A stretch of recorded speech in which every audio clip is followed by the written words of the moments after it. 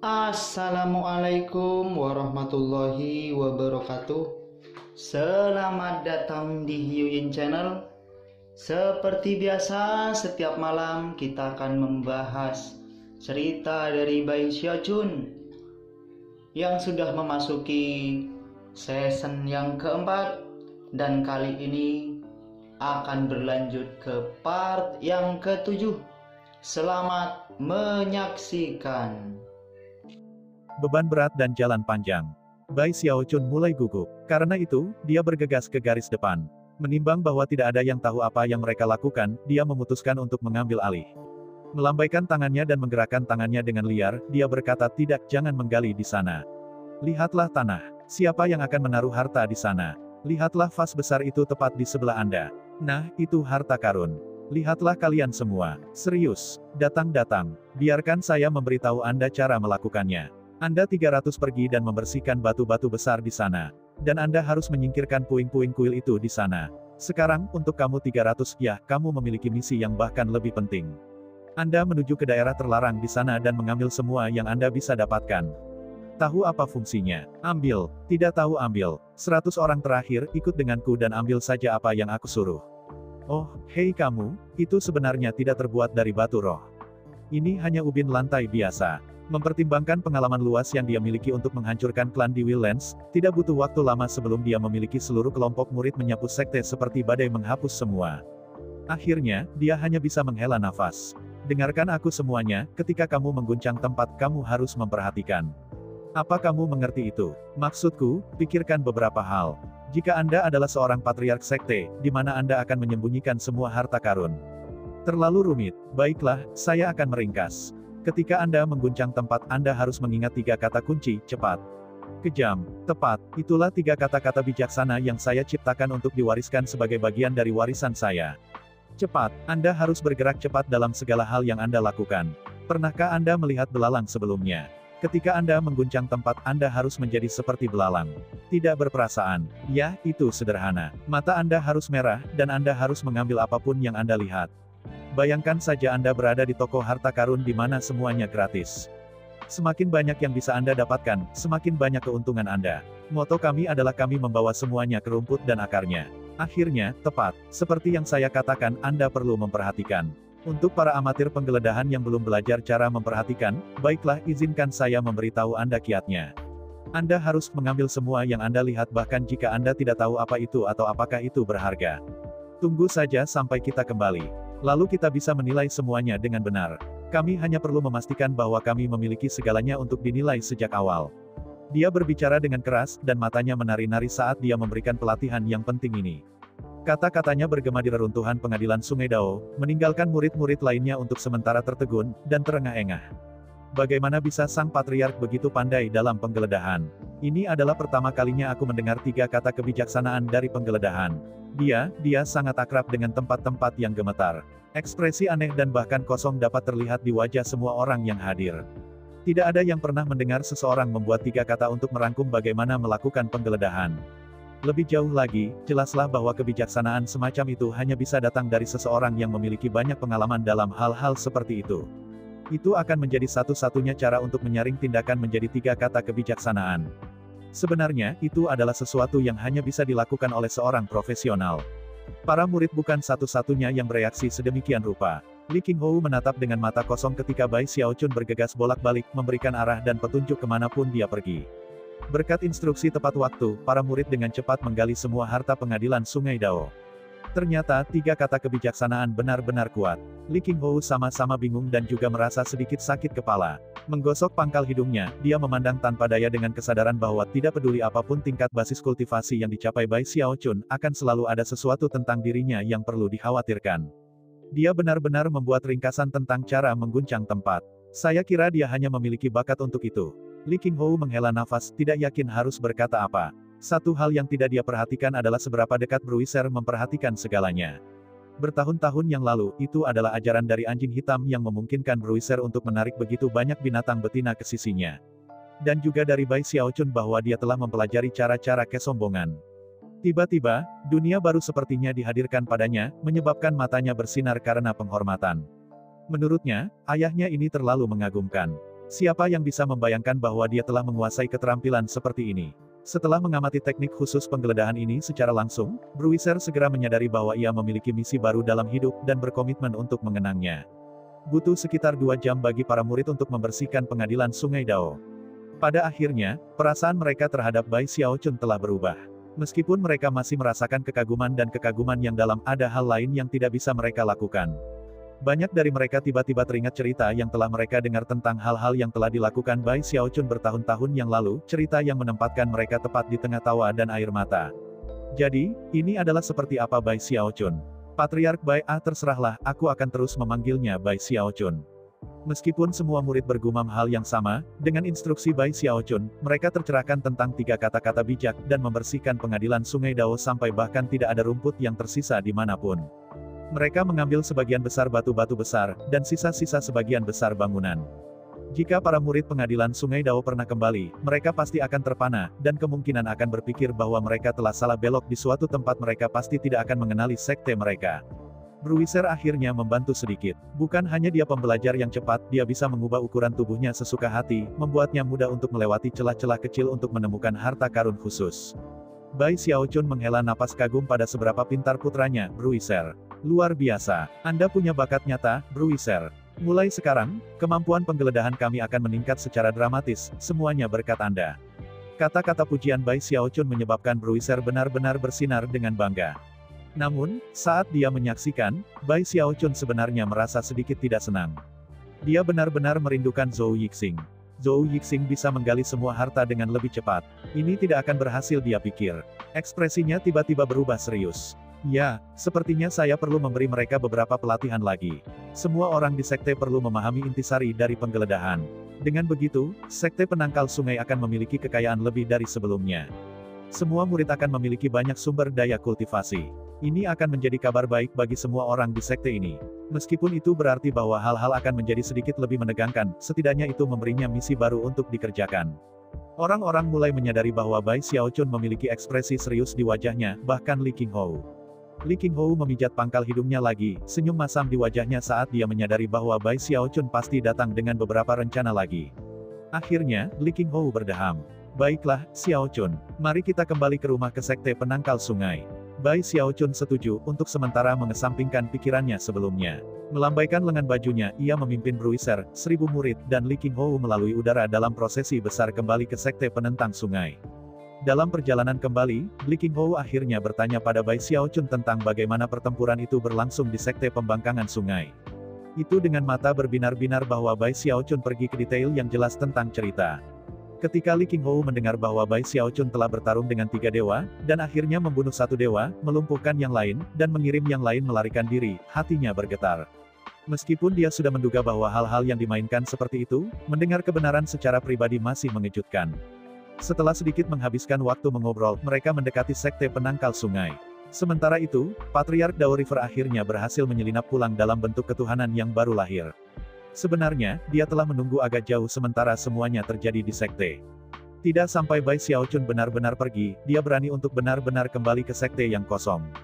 Di sana, dia melihat sekeliling dengan bingung, bertanya-tanya apakah dia berhalusinasi. Apakah ini benar-benar pengadilan Sungai Dao? Setelah menatap kosong beberapa saat, sebuah getaran melandanya, dan dia melemparkan kepalanya ke belakang dan berteriak, "Kau mendorong benda terlalu jauh, Bai Xiaochun." Sangat sedikit waktu telah berlalu di sekte penantang sungai sejak kinerja mengejutkan Bai Xiaochun. Bahkan termasuk penggeledahan itu hanya beberapa jam. Para pembudidaya dari 3 sekte masih melarikan diri, dan para murid dari sekte penangkal sungai masih mengejar mereka. Daerah di sekitar sungai Devying sekte berada dalam kekacauan total. Tidak ada yang bisa dilakukan Patriark untuk membuat para murid tenang. Sebelumnya, mereka berada dalam situasi krisis yang mematikan, dan di bawah tekanan paling luar biasa yang bisa dibayangkan. Sekarang, mereka akhirnya bisa curhat. 250 km, 500 km, 1000 km. Tak lama, para pembudidaya dari ketiga sekte benar-benar diusir. Mereka yang tidak dapat melarikan diri memilih untuk menyerah. Setelah pengejaran mencapai batas 1500 km, antusiasme para pembudidaya sekte penangkal sungai mulai memudar. Mereka juga mulai kelelahan. Akhirnya, pada jarak 1500 km itu, para patriark mengeluarkan perintah untuk menghentikan pengejaran. Para pembudidaya yang melarikan diri dari 3 sekte akhirnya bisa bernapas lega, dan menyebar ketakutan. Mereka semua tahu bahwa sekte penangkal sungai akan naik menjadi terkenal.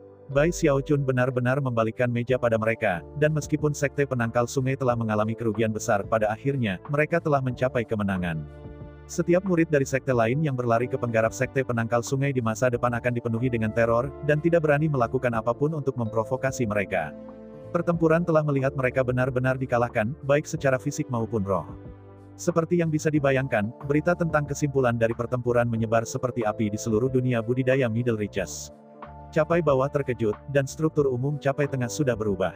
Jelas, itu menciptakan kegemparan kembali di Starry Sky Dao polaritas sekte juga. Setelah semua tiga sekte besar telah memperoleh persetujuan diam-diam mereka sebelum membuat langkah mereka. Selain itu, Bai Xiaochun bukan hanya anggota sekte penangkal sungai. Dia adalah seorang murid dari sekte polaritas langit berbintang juga, dan juga menjabat sebagai jenderal besar di tembok besar. Secara historis, jenderal besar akan selalu bergabung dengan Hall of Steel Veins, dan menjadi yang paling kuat dari para penatua di Starry Sky Dao Polarity Sect. Dan itu belum lagi fakta bahwa Bai Xiaochun punya teman di sekte. Sebagai contoh, ada Zhao Tianjiao dan rekannya yang Daois Chen Yuesan, serta Bai Lin dari tembok besar, antara lain. Di masa lalu, sebelum Bai Xiaochun kembali, teman-teman seperti itu telah melakukan yang terbaik untuk menjaga sekte penangkal sungai. Sekarang Bai Xiaochun kembali, orang hanya bisa membayangkan apa reaksi di sekte polaritas langit berbintang dari pihak teman-temannya. The Starry Sky Dao polaritas sekte pasti akan sangat tertarik dengan kecakapan pertempuran eksplosif Bai Xiaochun. Lebih jauh lagi, dia tahu bahwa tidak akan lama sebelum pesanan datang tentang apa yang akan terjadi selanjutnya. Namun, terlepas dari apa sikap yang diambil langit berbintang Dao Sekte, sekte penangkal sungai saat ini membutuhkan stabilitas setelah pertarungan besar. Mereka perlu beristirahat dan memulihkan diri, kemenangan mereka datang dengan biaya besar. Formasi mantra yang dilemparkan oleh Dire Sky Banyan telah hampir hancur total, dan membutuhkan perbaikan yang ekstensif. Kekuatan cadangan dari 4 divisi telah rusak parah atau sepenuhnya diberantas. Sebagian besar markas sekte telah dihancurkan. Dari barisan pegunungan milik 4 divisi, 2,5 telah runtuh, dan akan membutuhkan bantuan yang signifikan dari para patriark untuk membangun kembali. Pada saat Bai Xiaochun dan Li Qinghou kembali, pekerjaan perbaikan sudah berlangsung. Banyak orang senang melihat Li Qinghou, termasuk Zhao Yuandong, patriark Spirit Stream, dan banyak teman lainnya. Su Meixiang sangat senang. Dia telah putus asa sebelumnya, sehingga akhirnya melihat Li Qinghou lagi menyebabkan air mata mengalir di wajahnya. Li Qinghou sangat tersentuh hingga akhirnya melihat Su Meixiang setelah lebih dari setengah tahun dikurung. Begitu tatapan mereka terkunci, Bai Xiaochun berkedip beberapa kali dan kemudian tersenyum. Dalam perjalanan kembali, dia telah memberi Li Qinghou jiwa dewa, dan telah melakukan lebih banyak pekerjaan merawat luka-lukanya. Karena itu, ia merasa nyaman meninggalkannya sendirian dengan Su Meixiang, dan sebaliknya mengajak Bruiser berkeliling melalui sekte. Begitu dia melihat kerusakan yang luas menutup, dan semua murid yang terluka, suasana hatinya mereda. Yang benar adalah bahwa sekte itu menderita korban jiwa dan banyak kematian. Namun, mereka juga mendapatkan keuntungan. Mereka mengambil puluhan ribu tawanan, dan juga menyita banyak benda ajaib dan sumber daya lainnya. Bahkan lebih baik dari itu adalah banyak kekuatan cadangan dan harta berharga milik 3 sekte, barang-barang yang ditinggalkan oleh patriark dewa mereka, dan yang telah dikumpulkan oleh murid-murid sekte pembela sungai. Bai Xiaochun bukan satu-satunya yang tampil secara dramatis dalam pertempuran. Meskipun dia adalah orang yang mengubah keadaan demi kepentingan sekte, Bruiser sebenarnya adalah salah satu yang utama yang membuat sekte terus berjalan sampai Bai Xiaochun sampai di sana. Basis budidaya Bruiser sudah berada di lingkaran besar tahap jiwa Naschen, dan dia adalah Raja Binatang Buas, yang berarti bahwa dia bisa bertarung dengan para dewa jika dia benar-benar perlu. Meskipun dia tidak bisa keluar di atas dalam pertarungan seperti itu, kecakapan pertempurannya masih mengejutkan. Lebih jauh lagi, karena dia adalah Raja Binatang Buas, selama cukup waktu berlalu, dia akhirnya akan mencapai alam dewa, yang akan bermanfaat bagi sekte itu secara keseluruhan. Selain Bruiser, Song Junwan telah tampil spektakuler. Meskipun dia belum dalam tahap Naschen Soul, hanya lingkaran besar formasi inti, dia telah menggunakan pedang darah puncak tengah dengan presisi dan keberanian. Dia telah melampaui para pemimpin puncak gunung lainnya untuk menjadi iblis darah virtual, memimpin seluruh divisi aliran darah dalam pertarungan mereka melawan musuh. Ada juga yang dipilih dari divisi Stream Roh yang telah bertarung dengan gagah berani. Sangguan Tianyu adalah salah satunya. Dia sekarang dalam tahap Pseudo Naschen Soul, dan melupakan Bai Xiaochun dan para ahli yang paling kuat, adalah murid terkuat di sekte, dan cukup terkenal. Setelah semua, para leluhur mengatakan bahwa Sangguan Tianyu adalah reinkarnasi dari pedang abadi. Selanjutnya, kepribadiannya telah berubah secara dramatis. Dia jauh lebih diam dan serius, sesuatu yang membuat murid-murid lain lebih menghormatinya. Dan kemudian ada Bei Hanlai. Meskipun dia tidak pernah menjadi yang terkuat dari yang terpilih, dia telah naik menjadi terkenal di Valen Sword Abyss dengan mencapai pendirian Yayasan Earthstring. Dia sekarang berada di tahap formasi inti, dan meskipun dia tidak bisa melampaui Sang Guan Tianyu, masih dianggap jauh melebihi yang lain dari generasinya. Divisi-divisi lain juga telah memilih siapa yang telah naik ke puncak kemuliaan. Tak perlu dikatakan bahwa sekte akan segera membagikan hadiah untuk mereka, dan bahwa mereka akan memiliki masa depan yang cerah di masa mendatang. Saat Bai Xiaochun melihat satu wajah yang akrab satu sama lain, dan melihat semua orang menatapnya dengan semangat dan gairah, dia tiba-tiba merasakan perasaan hangat muncul dalam dirinya. Itu perasaan seperti di rumah. Itu adalah sesuatu yang belum pernah dia rasakan di Wildlands. Dan itu karena untuk selamanya, ini akan menjadi tempat yang disebutnya rumah. Saat sekte melanjutkan pekerjaan perbaikan, Bai Xiaochun bergabung. Pada satu titik, ia berlari ke naga tinta Heavenhorn, yang telah terluka serius dan terengah-engah.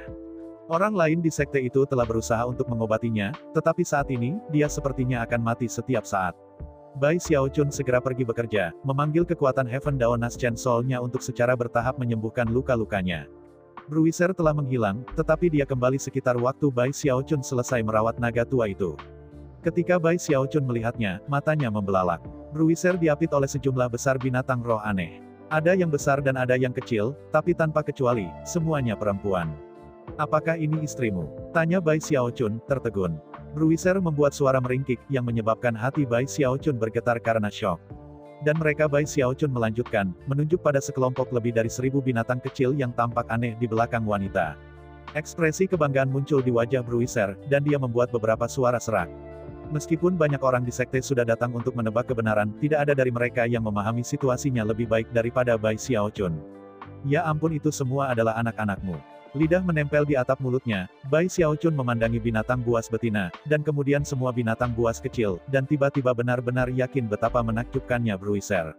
Bruiser sangat senang melihat Bai Xiaochun bereaksi seperti ini. Melihat kembali pada semua binatang betina, dia membuat beberapa suara gonggongan. Segera, semua binatang roh jatuh berlutut dan melolong di Bai Xiaochun. Tidak ada yang sengit tentang hal itu. Itu adalah seruan salam hormat yang diberikan kepada seseorang dari generasi senior. Bai Xiaochun tersenyum kecut, sepenuhnya menyadari apa yang coba dikatakan oleh Bruiser. Memukul kepala Bruiser, dia menghela nafas. Karena Bruiser adalah putranya, maka binatang buas ini adalah menantu perempuan dan cucunya. Setelah mencapai titik ini dalam pemikirannya, Bai Xiaochun menepuk-nepuk tasnya memegang untuk menghasilkan beberapa obat jiwa Wildlands untuk diberikan sebagai hadiah salam. Setelah semua obat jiwa dapat digunakan seperti batu roh oleh pembangun jiwa, tetapi juga bisa sangat efektif untuk binatang roh. Selain itu, sangat jarang di wilayah Sungai Heavenspan. Binatang roh semua sangat bersemangat untuk menerima obat jiwa dari Bai Xiaochun, dan mulai menangis dengan gembira. Bruiser jelas sangat senang, dan tampak persis seperti seseorang dari generasi senior yang telah diberi banyak wajah. Melihat Bruiser sangat senang meletakkan senyum di wajah Bai Xiaochun, dan dia menghela nafas. "Ya, aku benar-benar di rumah." Seluruh sekte sibuk. Udara berdengung dengan percakapan ketika Patriark Spirit Stream dan para ahli kuat lainnya memanfaatkan teknik magis peluncur gunung, pengeringan laut untuk memperbaiki kerusakan yang terjadi pada 4 jajaran gunung yang membentuk markas. Divisi Pil-Pil menggunakan seluruh kekuatan mereka untuk menyelamatkan diri Sky Banyan, dan juga menyuruh semua murid bekerja sepanjang waktu untuk membuat pil obat.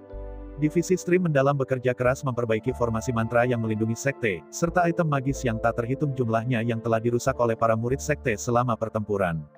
Divisi Spirit dan Bloodstream telah memimpin dalam pertempuran yang sebenarnya, dan karena itu, banyak dari mereka pergi ke meditasi terpencil untuk pulih. Mereka yang mampu membantu dalam pekerjaan perbaikan ke sekte itu sendiri. Ketika Bai Xiaochun menemukan Song Junwan, dia sibuk mengurus urusan Middle Peak. Meskipun dia sangat ingin menghabiskan waktu berduaan dengannya, dan berbicara tentang berbagai masalah hati, tugasnya saat ini lebih penting. Karena status Bai Xiaochun saat ini di sekte, begitu dia muncul, para murid menatapnya dengan semangat dan pemujaan. Bahkan, cara mereka menggenggam tangan dalam sambutan resmi menyebabkan pekerjaan perbaikan melambat. Bai Xiaochun menikmati sensasi yang indah, dan bersiap untuk pergi ketika dia menyadari bahwa dia benar-benar harus memberikan beberapa kata-kata penghiburan. Namun, sebelum dia bahkan bisa membuka mulutnya, Song Junwan memelototinya dan mengusirnya. Dia menggosok hidungnya dengan canggung saat dia berjalan pergi. Meskipun dia cenderung menentang Song Junwan, hanya menatapnya menyebabkan dia berpikir kembali dengan bersalah atas apa yang terjadi di Wildlands dengan Nyonya Merah Debu. Prospek apa yang bisa terjadi jika Song Junwan dan Hou Xiaomei mengetahuinya menyebabkan hatinya bergetar ketakutan. Sejauh Hou Xiaomei pergi, Bai Xiaochun telah belajar dari Li Qinghou bahwa dia dan Ghost Fang telah dibawa pergi oleh Celestial lebih dari setengah tahun yang lalu, untuk melayani sebagai penjaga khusus di Pulau Heavenspan. Rupanya, Pulau Heavenspan sesekali merekrut penjaga khusus untuk melayani di pulau itu. Bagi sekte-sekte di wilayah Sungai Heavenspan, setiap kultivator yang dipilih untuk posisi seperti itu dianugerahi keberuntungan. Selain itu, tidak semua orang yang awalnya direkrut akan berakhir melayani di pulau itu. Banyak dari mereka akan dikirim kembali setelah beberapa saat. Bahkan orang-orang itu akan mengalami peningkatan yang signifikan dalam basis budidaya. Adapun mereka yang tetap melayani, mereka akhirnya mendapatkan status yang sangat tinggi, dan akan diperlakukan dengan sangat hormat bahkan oleh sekte sumber sungai. Bai Xiaochun merasa tidak nyaman tentang semua ini, meskipun dia tidak tahu persis mengapa. Untuk satu hal, berdasarkan perhitungannya, dia cukup yakin bahwa Hou Xiaomei telah diambil pada waktu yang hampir bersamaan saat pertempuran dramatis telah dilawan balik di Willens. Atau aku hanya terlalu memikirkannya. Setelah beberapa pemikiran, dia memutuskan bahwa yang terbaik adalah menggunakan ini sebagai alasan untuk pergi menemui Hou Xiaomei. Bahkan ketika dia memikirkan hal-hal ini, dia kebetulan melihat Sangguan Tianyu. Dia berdiri di tepi tebing, wajahnya bersentuhan dengan kesedihan dan kenangan, matanya agak kosong saat dia memandang ke kejauhan. Untuk beberapa alasan, dia tampak lebih tua dan lebih dewasa. Bai Xiaochun sedikit terkejut melihat ekspresi seperti ini di wajah Sangguan Tianyu. Setelah beberapa saat berpikir, dia berjalan, dan kemudian mengikuti garis pandang Sangguan Tianyu sampai dia melihat apa yang tampak seperti pondok kayu di hutan di bawah tebing. Di sebelah pondok kayu ada gundukan kuburan. Sangguan Tianyu memegang selembar kain biru dengan erat di tangannya. Tangannya mengepal begitu erat sehingga sepertinya dia tidak akan pernah melepaskan kain itu, bahkan jika dia mati. Dan di sana dia berdiri, bergumam pada dirinya sendiri ketika dia melihat kuburan yang jauh. Bai Xiaochun memandangi kuburan dengan serius, dan tiba-tiba menyadari bahwa ada satu teman lama yang tidak dia lihat setelah kembali ke sekte. Dia menggigil. Itu kuburan Sinki, kata Sangguan Tianyu pelan, suaranya serak dan bernada pahit. Tidak ada jejak kecemburuan dan kebenciannya sebelumnya terhadap Bai Xiaochun. Hal-hal seperti itu telah terhapus dengan berlalunya waktu, bersama dengan kepanasannya. Penatua Sister Zhou. Bai Xiaochun bernafas. Dia teringat kembali pada apa yang dia ingat tentang Zhou Xinqi, yang pernah menjadi murid Li Qinghou, Sister Elder Zhou yang terkenal dari Fragrant Cloud Peak. Dia berpikir tentang bagaimana dia telah melompat pada kesempatan untuk membantunya memburu iblis pencuri ayam bertahun-tahun yang lalu dan bagaimana dia mengejeknya dengan memanggilnya, Sekni Xinqi. Itu adalah kenangan yang Bai Xiaochun tidak akan pernah bisa menghapus. Napasnya tiba-tiba berubah menjadi compang kemping, dan dia mulai bergetar. Tidak ada yang akan menyebabkan hatinya terbebani lebih dari seorang teman seusianya meninggal. Dia akan menjadi bagian abadi dari ingatannya, namun, semua yang pernah dia katakan dan lakukan sekarang hilang selamanya. Ketika Sangguan Tianyu melihat bagaimana Bai Xiaochun bereaksi, kesedihan di matanya semakin kuat. Sangguan Tianyu tidak yakin kapan itu terjadi, tetapi dia telah jatuh cinta dengan Zhou Xinqi, dan dia bersamanya. Namun, bahkan setelah dia meninggal, dia tidak pernah mengucapkan perasaannya dengan keras. 10 tahun yang lalu, Zhou Xinqi telah keluar dalam misi untuk sekte ketika dia bertemu dengan beberapa petani dari pengadilan Sungai Polaritas. Perkelahian terjadi, dan dia terbunuh. Meskipun Sangguan Tianyu telah membalas dendam kematiannya, dia tidak pernah sama setelah itu. Dia menjadi lebih tenang, dan tidak terlalu impulsif. Dia bekerja keras pada budidayanya, dan perlahan tapi pasti menjadi pembudidaya terkuat generasinya di sekte penangkal sungai. Namun, wajah Zhou Xinqi selalu ada di hatinya. Potongan biru kain yang dipegangnya di tangannya sekarang adalah hadiah darinya, dan merupakan sesuatu yang akan ia simpan bersamanya selama-lamanya. Bai Xiaochun berdiri di sana dengan tenang, melihat makam Zhou Xinqi. Setelah waktu yang lama berlalu, dia menggenggam tangan dan membungkuk dalam di pinggang.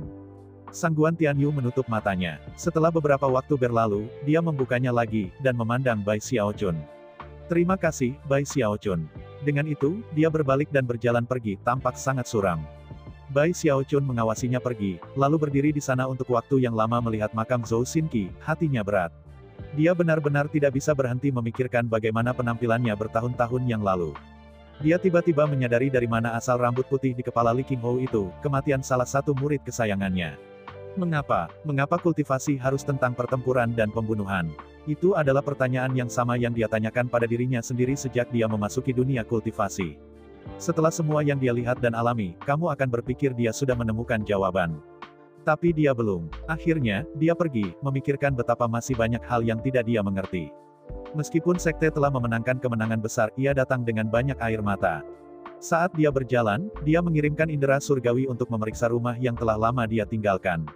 Salah satu orang pertama yang dia perhatikan adalah Bei Hanlai. Di lokasi terpencil di sekte itu adalah kuburan besar, di mana dimakamkan jiwa heroik yang tak terhitung jumlahnya yang telah jatuh dalam pertempuran. Disitulah Bei Hanlai berdiri, di depan batu nisan yang telah diukirnya secara pribadi. Tidak ada nama di nisan. Hanya ada ukiran dari seekor anjing hitam besar. Bei Hanlai memegang guci alkohol di tangannya. Berlalunya tahun-tahun terlihat jelas di wajahnya. Rambut di pelipisnya berwarna putih, dan dia tampak jauh lebih tua. Aroma alkohol mengelilinginya ketika dia melihat kuburan, emosi campur aduk bermain di wajahnya. Bei Hanlai memegang guci alkohol di tangannya. Berlalunya tahun-tahun terlihat jelas di wajahnya. Rambut di pelipisnya berwarna putih, dan dia tampak jauh lebih tua. Aroma alkohol mengelilinginya ketika dia melihat kuburan, emosi campur aduk bermain di wajahnya. Anjing hitam besar itu telah mati untuk menyelamatkan hidupnya. Hati Bai Xiaochun sekali lagi dipenuhi dengan emosi yang kompleks. Dia tiba-tiba menyadari bahwa banyak hal telah terjadi yang dia tidak sadari. Meskipun fakta bahwa anjing hitam itu mati mengisi hatinya dengan kesedihan, dia memutuskan untuk tidak mengganggu Bei Hanlai. Sebagai gantinya, ia mengirim perasaan surgawinya menyapu kuburan lain yang tak terhitung jumlahnya di daerah tersebut. Beberapa nama sudah dikenal, yang lain tidak, tetapi semuanya menyebabkan dia gemetar. Sekitar waktu ini saudara laki-laki Gongsun Waner, Gongsun Yun, kebetulan menemukan Bai Xiaochun.